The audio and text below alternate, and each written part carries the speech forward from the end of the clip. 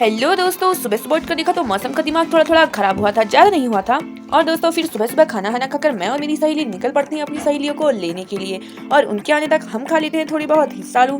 और जैसे ही वो आते हैं निकल पड़ते हैं अपने घर की तरफ। और दोस्तों फिर दिन के समय हम जाते हैं अपनी सहेली के घर, मतलब दूसरी सहेली के घर। और दोस्तों रास्ते में हमें दिखे कुत्ता और बिल्ली जो एक साथ बड़े अच्छी तरीके से बैठ रखी थी। तो दोस्तों हम अपनी सहेली के घर इसलिए जा रहे थे क्योंकि दोस्तों आज उसने बनाए थे गुलाब जामुन। और दोस्तों खाने पर हमें भी बुलाया था। फिर उसके बाद हम चारों ने गुलाब जामुन का आनंद लिया।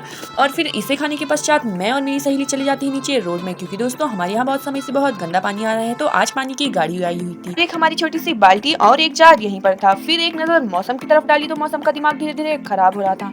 लेकिन दोस्तों हमें इससे क्या लेना देना, हमारा दिमाग तो खराब नहीं हो रहा ना।